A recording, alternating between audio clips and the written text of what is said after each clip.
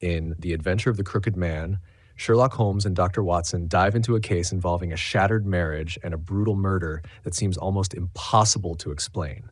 It all kicks off when a respected colonel is found dead, and his wife is in shock, claiming she's innocent despite the evidence against her.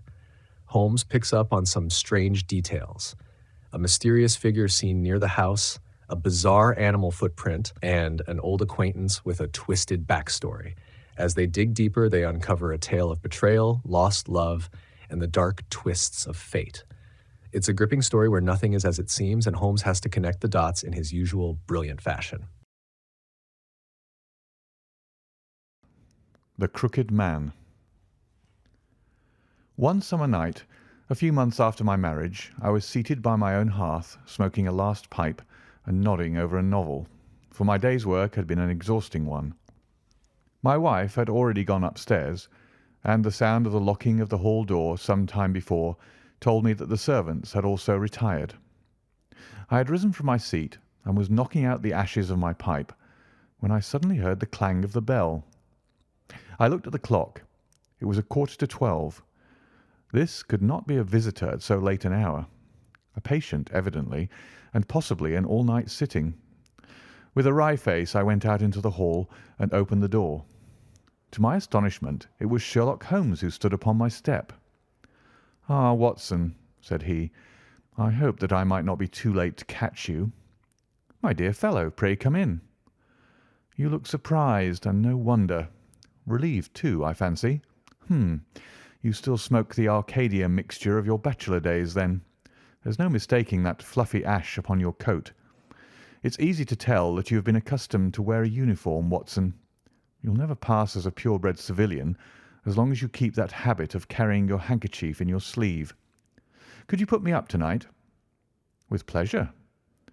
"You told me that you had bachelor quarters for one, and I see that you have no gentleman visitor at present. Your hat stand proclaims as much." "I shall be delighted if you will stay." "Thank you. I'll fill the vacant peg then. Sorry to see that you've had the British workman in the house. He's a token of evil. Not the drains, I hope." "No, the gas." "Ah, he has left 2 nail marks from his boot upon your linoleum, just where the light strikes it. No, thank you. I had some supper at Waterloo, but I'll smoke a pipe with you with pleasure." I handed him my pouch, and he seated himself opposite to me and smoked for some time in silence. I was well aware that nothing but business of importance would have brought him to me at such an hour, so I waited patiently until he should come round to it. "I see that you are professionally rather busy just now," said he, glancing very keenly across at me. "Yes, I've had a busy day," I answered. "It may seem very foolish in your eyes," I added, "but really I don't know how you deduced it." Holmes chuckled to himself. "I have the advantage of knowing your habits, my dear Watson," said he. "When your round is a short one, you walk, and when it is a long one, you use a hansom.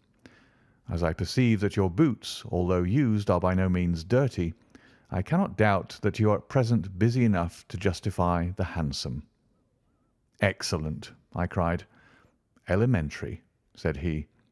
"It is one of those instances where the reasoner can produce an effect which seems remarkable to his neighbour, because the latter has missed the one little point which is the basis of the deduction. The same may be said, my dear fellow, for the effect of some of these little sketches of yours, which is entirely meretricious, depending as it does upon your retaining in your own hands some factors in the problem which are never imparted to the reader. Now, at present, I am in the position of these same readers, for I hold in this hand several threads of one of the strangest cases which ever perplexed a man's brain, and yet I lack the one or two which are needful to complete my theory. But I'll have them, Watson. I'll have them." His eyes kindled, and a slight flush sprang into his thin cheeks. For an instant only. When I glanced again, his face had resumed that Red Indian composure which had made so many regard him as a machine rather than a man. "The problem presents features of interest," said he. "I may even say exceptional features of interest. I have already looked into the matter, and have come, as I think, within sight of my solution.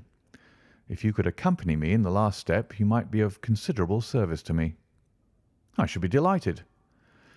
"Could you go as far as Aldershot to-morrow?" "I have no doubt Jackson would take my practice." "Very good. I want to start by the 11:10 from Waterloo." "That would give me time."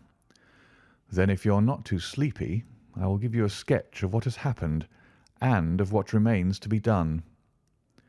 "I was sleepy before you came. I'm quite wakeful now." "I will compress the story as far as may be done without omitting anything vital to the case. It is conceivable that you may even have read some account of the matter. It is the supposed murder of Colonel Barclay of the Royal Munsters at Aldershot which I am investigating." "I've heard nothing of it." "It has not excited much attention yet, except locally. The facts are only 2 days old. Briefly, they are these. The Royal Munsters is, as you know, one of the most famous Irish regiments in the British Army. It did wonders both in the Crimea and the Mutiny, and has since that time distinguished itself upon every possible occasion. It was commanded up to Monday night by James Barclay, a gallant veteran who started as a full private, was raised to commissioned rank for his bravery at the time of the Mutiny, and so lived to command the regiment in which he had once carried a musket. Colonel Barclay had married at the time when he was a sergeant, and his wife, whose maiden name was Miss Nancy Devoy, was the daughter of a former colour sergeant in the same corps. There was, therefore, as can be imagined, some little social friction when the young couple, for they were still young, found themselves in their new surroundings. They appear, however, to have quickly adapted themselves, and Mrs. Barclay has always, I understand, been as popular with the ladies of the regiment as her husband was with his brother officers. I may add that she was a woman of great beauty, and that even now, when she has been married for upwards of 30 years, she is still of a striking and queenly appearance. Colonel Barclay's family life appears to have been a uniformly happy one. Major Murphy, to whom I owe most of my facts, assures me that he has never heard of any misunderstanding between the pair. On the whole, he thinks that Barclay's devotion to his wife was greater than his wife's to Barclay. He was acutely uneasy if he were absent from her for a day. She, on the other hand, though devoted and faithful, was less obtrusively affectionate.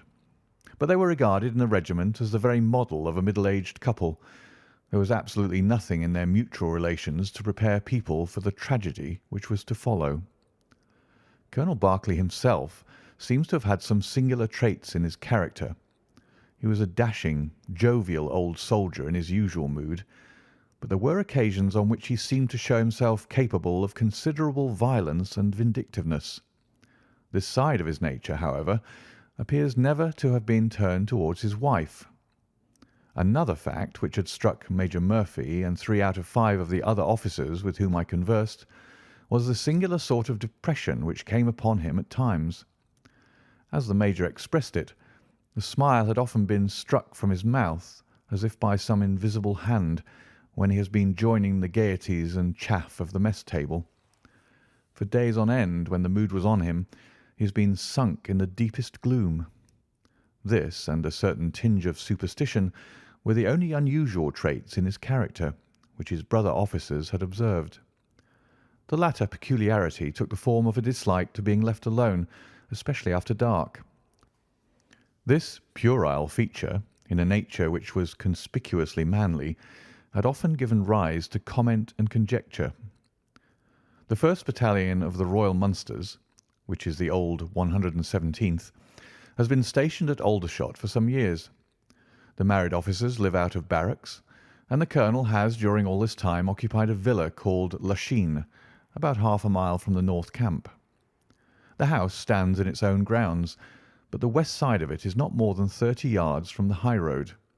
A coachman and 2 maids form the staff of servants.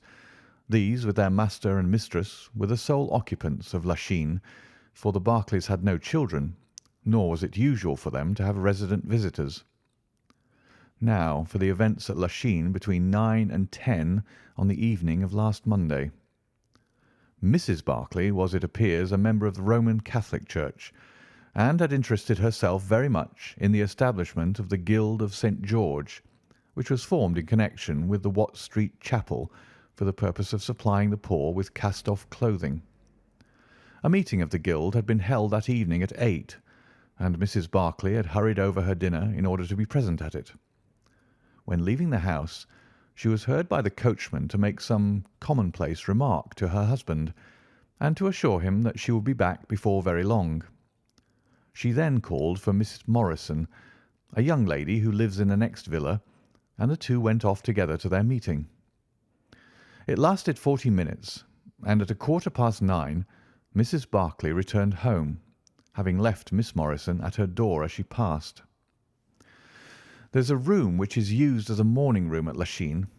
This faces the road and opens by a large glass folding door onto the lawn. The lawn is 30 yards across and is only divided from the highway by a low wall with an iron rail above it. It was into this room that Mrs. Barclay went upon her return.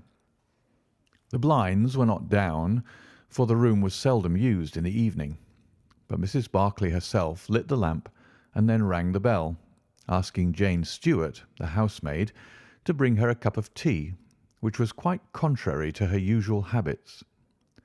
The colonel had been sitting in the dining-room, but hearing that his wife had returned, he joined her in the morning-room. The coachman saw him cross the hall and enter it. He was never seen again alive.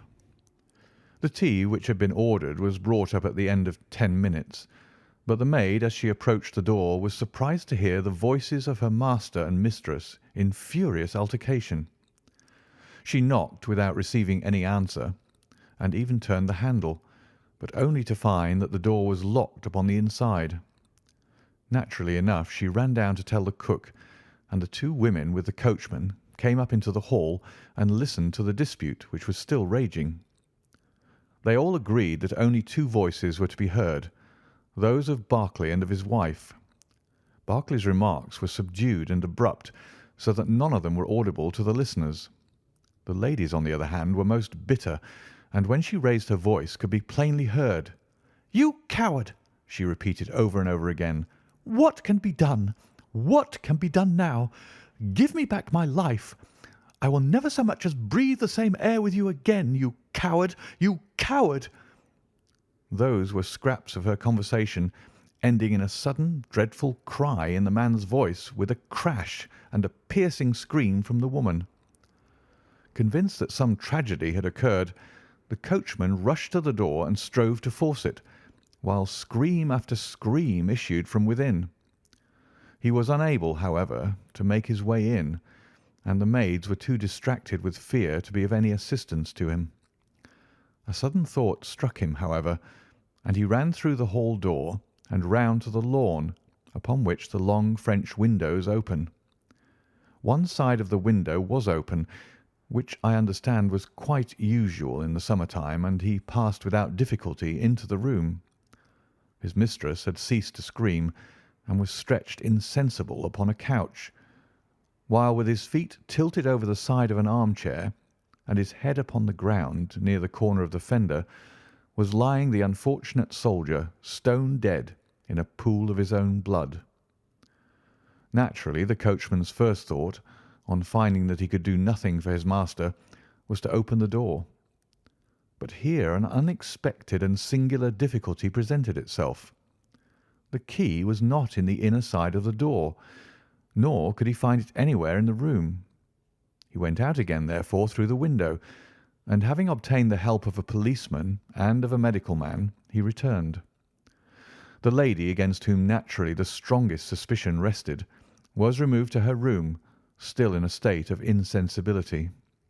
The colonel's body was then placed upon the sofa, and a careful examination made of the scene of the tragedy.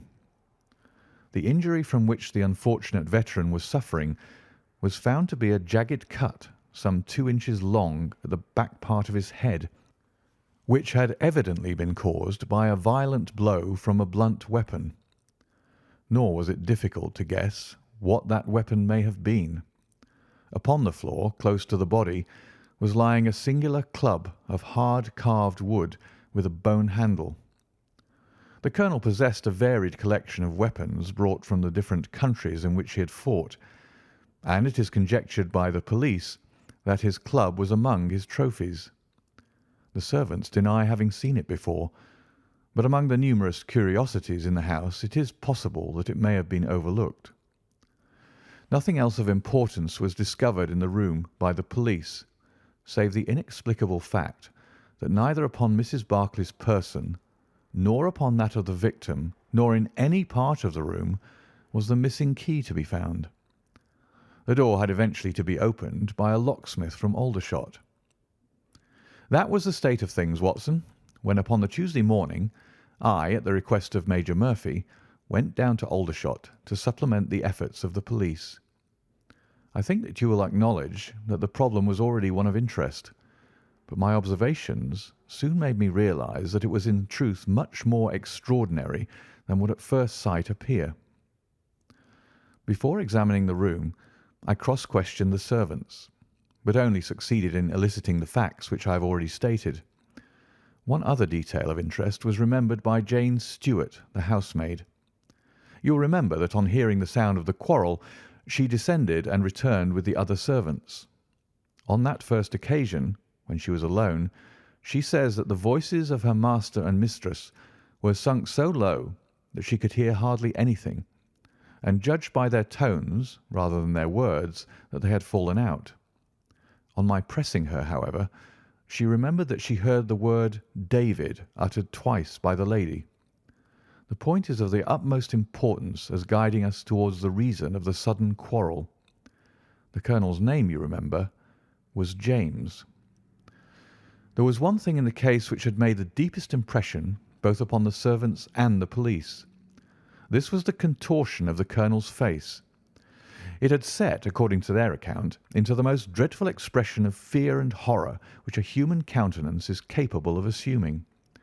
More than one person fainted at the mere sight of him, so terrible was the effect. It was quite certain that he had foreseen his fate, and that it had caused him the utmost horror. This, of course, fitted in well enough with the police theory. If the colonel could have seen his wife making a murderous attack upon him. Nor was the fact of the wound being on the back of his head a fatal objection to this, as he might have turned to avoid the blow. No information could be got from the lady herself, who was temporarily insane from an acute attack of brain fever. From the police I learned that Miss Morrison, who you remember went out that evening with Mrs. Barclay, denied having any knowledge of what it was which had caused the ill humour in which her companion had returned. Having gathered these facts, Watson, I smoked several pipes over them, trying to separate those which were crucial from others which were merely incidental. There could be no question that the most distinctive and suggestive point in the case was the singular disappearance of the door key. A most careful search had failed to discover it in the room. Therefore, it must have been taken from it. But neither the colonel nor the colonel's wife could have taken it. That was perfectly clear. Therefore, a third person must have entered the room, and that third person could only have come in through the window. It seemed to me that a careful examination of the room and the lawn might possibly reveal some traces of this mysterious individual. You know my methods, Watson. There was not one of them which I did not apply to the inquiry, and it ended by my discovering traces, but very different ones from those which I had expected. There had been a man in the room, and he had crossed the lawn coming from the road. I was able to obtain 5 very clear impressions of his footmarks, one in the roadway itself, at the point where he had climbed the low wall, 2 on the lawn, and 2 very faint ones upon the stained boards near the window where he had entered. He had apparently rushed across the lawn, for his toe marks were much deeper than his heels. But it was not the man who surprised me.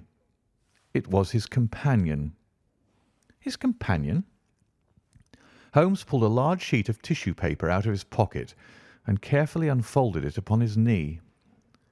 "What do you make of that?" he asked.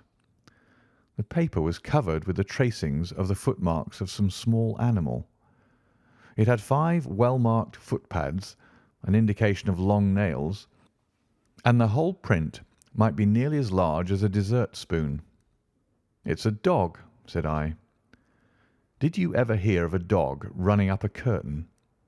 I found distinct traces that this creature had done so. "A monkey, then?" "But it is not the print of a monkey." "What can it be, then?" "Neither dog nor cat nor monkey nor any creature that we are familiar with. I have tried to reconstruct it from the measurements. Here are 4 prints where the beast has been standing motionless. You see that it is no less than 15 inches from forefoot to hind. Add to that the length of neck and head, and you get a creature not much less than 2 feet long, probably more if there is any tail. But now observe this other measurement. The animal has been moving, and we have the length of its stride. In each case it is only about 3 inches. You have an indication, you see, of a long body with very short legs attached to it. It has not been considerate enough to leave any of its hair behind it, but its general shape must be what I have indicated, and it can run up a curtain, and it is carnivorous." "How do you deduce that?" "Because it ran up the curtain. A canary's cage was hanging in the window, and its aim seems to have been to get at the bird." "Then what was the beast?" "Ah, if I could give it a name, it might go a long way towards solving the case. On the whole, it was probably some creature of the weasel and stoat tribe, and yet it is larger than any of these that I have seen."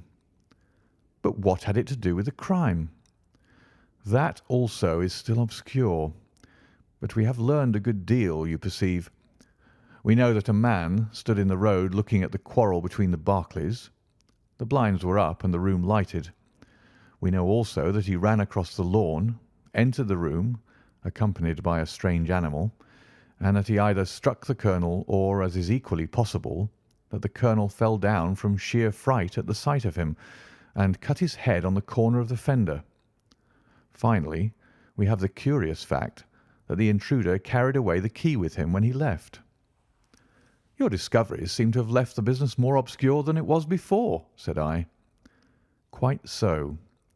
They undoubtedly showed that the affair was much deeper than was at first conjectured.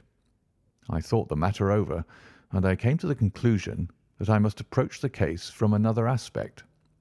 But really, Watson, I'm keeping you up, and I might just as well tell you all this on our way to Aldershot to-morrow." "Thank you. You've gone rather too far to stop." "It is quite certain that when Mrs. Barclay left the house at 7:30, she was on good terms with her husband. She was never, as I think I've said, ostentatiously affectionate, but she was heard by the coachman chatting with the colonel in a friendly fashion. Now, it was equally certain that immediately on her return she had gone to the room in which she was least likely to see her husband, had flown to tea as an agitated woman will, and finally, on his coming in to her, had broken into violent recriminations. Therefore something had occurred between 7:30 and 9 o'clock which had completely altered her feelings towards him. But Miss Morrison had been with her during the whole of that hour and a half. It was absolutely certain, therefore, in spite of her denial, that she must know something of the matter. My first conjecture was that possibly there had been some passages between this young lady and the old soldier, which the former had now confessed to the wife. That would account for the angry return, and also for the girl's denial that anything had occurred. Nor would it be entirely incompatible with most of the words overheard. But there was the reference to David, and there was the known affection of the colonel for his wife to weigh against it, to say nothing of the tragic intrusion of this other man, which might of course be entirely disconnected with what had gone before. It was not easy to pick one's steps, but on the whole I was inclined to dismiss the idea that there had been anything between the colonel and Miss Morrison, but more than ever convinced that the young lady held the clue as to what it was which had turned Mrs. Barclay to hatred of her husband. I took the obvious course, therefore, of calling upon Miss M., of explaining to her that I was perfectly certain that she held the facts in her possession, and of assuring her that her friend Mrs. Barclay might find herself in the dock upon a capital charge unless the matter were cleared up. Miss Morrison is a little ethereal slip of a girl, with timid eyes and blonde hair, but I found her by no means wanting in shrewdness and common sense. She sat thinking for some time after I had spoken, and then turning to me with a brisk air of resolution, she broke into a remarkable statement, which I will condense for your benefit. "I promised my friend that I would say nothing of the matter, and a promise is a promise," said she. "But if I can really help her when so serious a charge is laid against her, and when her own mouth, poor darling, is closed by illness, then I think I am absolved from my promise. I will tell you exactly what happened upon Monday evening. We were returning from the Watt Street Mission about 8:45. On our way we had to pass through Hudson Street, which is a very quiet thoroughfare.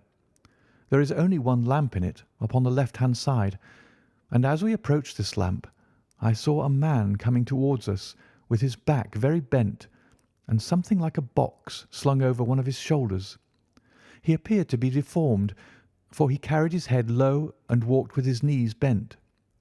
We were passing him when he raised his face to look at us in the circle of light thrown by the lamp, and as he did so, he stopped and screamed out in a dreadful voice, 'My God, it's Nancy!' Mrs. Barclay turned as white as death, and would have fallen down had the dreadful-looking creature not caught hold of her. I was going to call for the police, but she, to my surprise, spoke quite civilly to the fellow. 'I thought you had been dead this 30 years, Henry,' said she, in a shaking voice. 'So I have,' said he, and it was awful to hear the tones that he said it in. He had a very dark, fearsome face, and a gleam in his eyes that comes back to me in my dreams. His hair and whiskers were shot with grey, and his face was all crinkled and puckered like a withered apple. "'Just walk on a little way, dear,' said Mrs. Barclay. "'I want to have a word with this man. There's nothing to be afraid of.' She tried to speak boldly, but she was still deadly pale, and could hardly get her words out for the trembling of her lips. I did as she asked me, and they talked together for a few minutes. Then she came down the street with her eyes blazing, and I saw the crippled wretch standing by the lamp-post and shaking his clenched fists in the air as if he were mad with rage. She never said a word until we were at the door again, when she took me by the hand and begged me to tell no one what had happened. "'It's an old acquaintance of mine who has come down in the world,' said she. When I promised her I would say nothing, she kissed me, and I have never seen her since. I have told you now the whole truth, and if I withheld it from the police, it is because I did not realize then the danger in which my dear friend stood. I know that it can only be to her advantage that everything should be known.'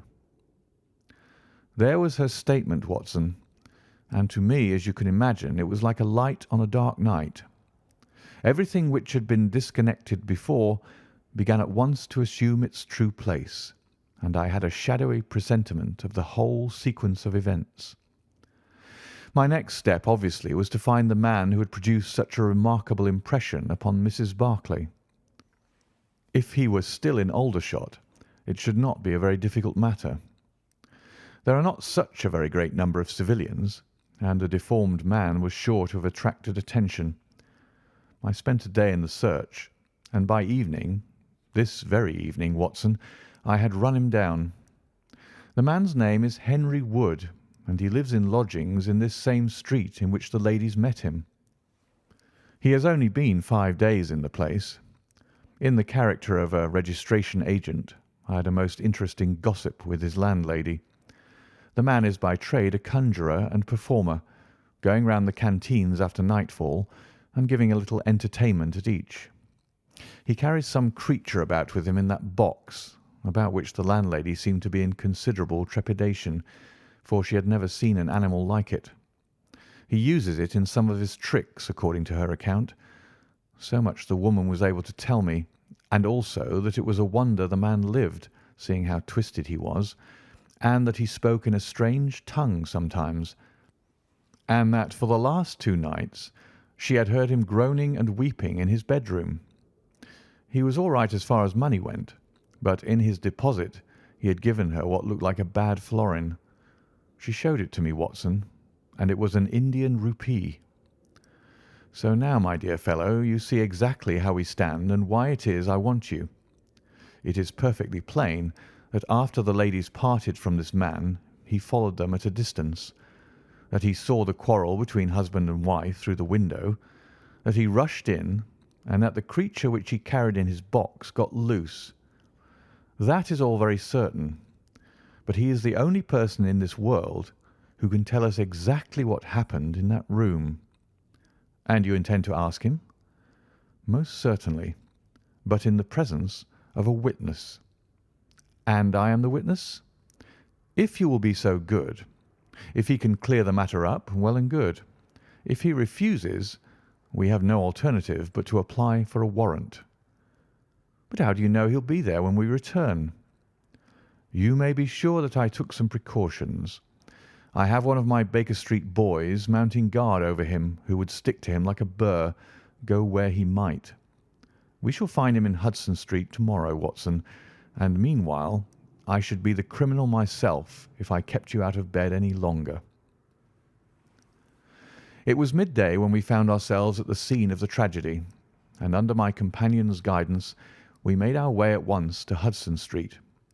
In spite of his capacity for concealing his emotions, I could easily see that Holmes was in a state of suppressed excitement, while I was myself tingling with that half-sporting, half-intellectual pleasure which I invariably experienced when I associated myself with him in his investigations.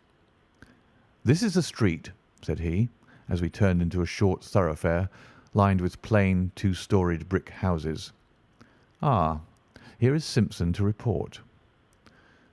"He's in all right, Mr. Holmes," cried a small street Arab running up to us. "Good, Simpson," said Holmes, patting him on the head. "Come along, Watson. This is the house." He sent in his card with a message that he had come on important business, and a moment later we were face to face with the man whom we had come to see. In spite of the warm weather, he was crouching over a fire, and the little room was like an oven.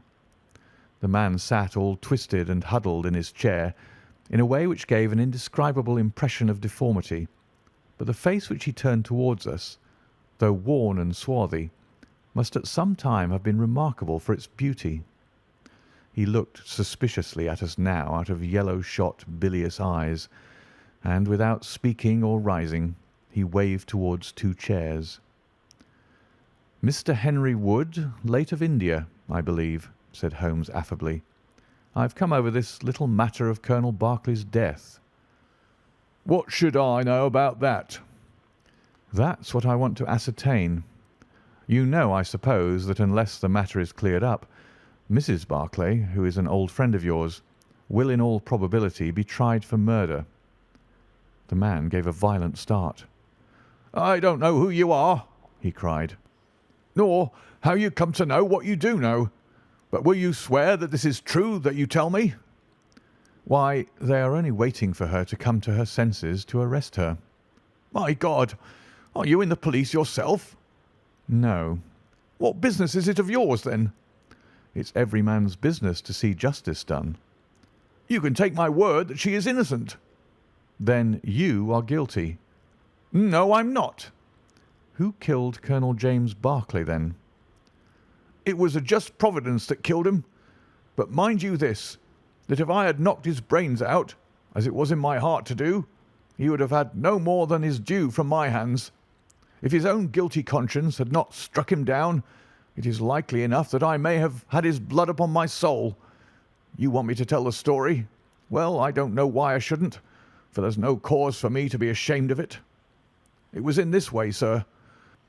You see me now, with my back like a camel and my ribs all awry, but there was a time when Corporal Henry Wood was the smartest man in the 117th foot.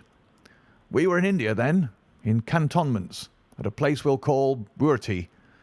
Barclay, who died the other day, was sergeant in the same company as myself.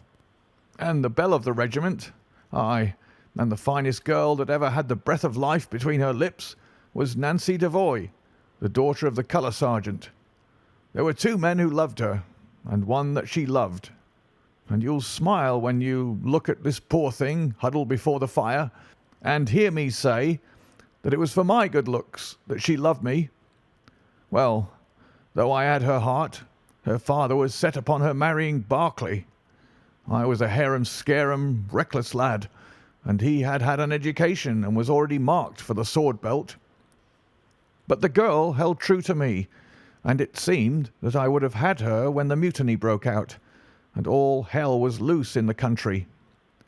We were shut up in Bertie, the regiment of us with half a battery of artillery, a company of Sikhs, and a lot of civilians and women folk. There were 10,000 rebels around us, and they were as keen as a set of terriers round a rat cage.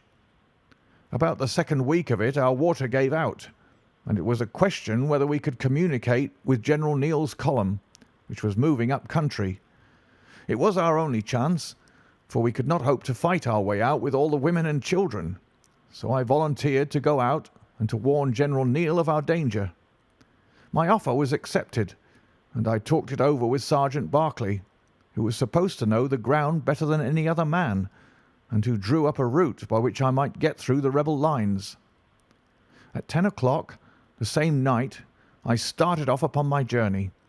There were 1,000 lives to save, but it was of only one that I was thinking when I dropped over the wall that night. My way ran down a dried-up watercourse, which we hoped would screen me from the enemy's sentries. But as I crept round the corner of it, I walked right into 6 of them, who were crouching down in the dark, waiting for me. In an instant, I was stunned with a blow and bound hand and foot. But the real blow was to my heart and not to my head. For as I came to and listened to as much as I could understand of their talk, I heard enough to tell me that my comrade, the very man who had arranged the way that I was to take, had betrayed me by means of a native servant into the hands of the enemy. Well, there's no need for me to dwell on that part of it. You know now what James Barclay was capable of. Bertie was relieved by Neil next day, but the rebels took me away with them in their retreat, and it was many a long year before ever I saw a white face again. I was tortured and tried to get away, and was captured and tortured again. You can see for yourselves the state in which I was left. Some of them that fled into Nepal took me with them, and then afterwards I was up past Darjeeling. The hill folk up there murdered the rebels who had me, and I became their slave for a time until I escaped. But instead of going south, I had to go north until I found myself among the Afghans. There I wandered about for many a year, and at last came back to the Punjab, where I lived mostly among the natives, and picked up a living by the conjuring tricks that I had learned. What use was it for me, a wretched cripple, to go back to England or to make myself known to my old comrades? Even my wish for revenge would not make me do that. I had rather that Nancy and my old pals should think of Harry Wood as having died with a straight back, than see him living and crawling with a stick like a chimpanzee. They never doubted that I was dead, and I meant that they never should. I heard that Barclay had married Nancy, and that he was rising rapidly in the regiment, but even that did not make me speak. But when one gets old, one has a longing for home. For years I've been dreaming of the bright green fields and the hedges of England. At last I determined to see them before I died. I saved enough to bring me across, and then I came here where the soldiers are, for I know their ways and how to amuse them, and so earn enough to keep me." "Your narrative is most interesting," said Sherlock Holmes. "I have already heard of your meeting with Mrs. Barclay and your mutual recognition. You then, as I understand, followed her home and saw through the window an altercation between her husband and her, in which she doubtless cast his conduct to you in his teeth. Your own feelings overcame you, and you ran across the lawn and broke in upon them." "I did, sir, and at the sight of me he looked as I have never seen a man look before, and over he went with his head on the fender. But he was dead before he fell. I read death on his face as plain as I can read that text over the fire. The bare sight of me was like a bullet through his guilty heart. And then? Then Nancy fainted, and I caught up the key of the door from her hand, intending to unlock it and get help. But as I was doing it, it seemed to me better to leave it alone and get away, for the thing might look black against me, and anyway my secret would be out if I were taken. In my haste I thrust the key into my pocket and dropped my stick while I was chasing Teddy, who had run up the curtain. When I got him into his box, from which he had slipped, I was off as fast as I could run." "Who's Teddy?" asked Holmes. The man leaned over and pulled up the front of a kind of hutch in the corner. In an instant out there slipped a beautiful reddish-brown creature, thin and lithe, with the legs of a stoat, a long thin nose, and a pair of the finest red eyes that ever I saw in an animal's head. "It's a mongoose!" I cried. "Well, some call them that, and some call them ichneumon," said the man. "Snake catcher is what I call them, and Teddy is amazing quick on cobras. I have one here without the fangs, and Teddy catches it every night to please the folk in the canteen. Any other point, sir?" "Well, we may have to apply to you again if Mrs. Barclay should prove to be in serious trouble." "In that case, of course, I'd come forward." "But if not, there is no object in raking up this scandal against a dead man, foully as he has acted. You have at least the satisfaction of knowing that for 30 years of his life his conscience bitterly reproached him for this wicked deed. Ah, there goes Major Murphy on the other side of the street. Goodbye, Wood. I want to learn if anything has happened since yesterday." We were in time to overtake the Major before he reached the corner. "Ah, Holmes," he said, "I suppose you've heard that all this fuss has come to nothing." "What then?" "The inquest is just over. The medical evidence shows conclusively that death was due to apoplexy. You see, it was quite a simple case after all." "Oh, remarkably superficial," said Holmes, smiling. "Come, Watson, I don't think we shall be wanted in Aldershot any more." "There's one thing," said I, as we walked down to the station. "If the husband's name was James and the other was Henry, what was this talk about David?" "That one word, my dear Watson, should have told me the whole story had I been the ideal reasoner which you are so fond of depicting. It was evidently a term of reproach." "Of reproach?" "Yes. David strayed a little occasionally, you know, and on one occasion in the same direction as Sergeant James Barclay.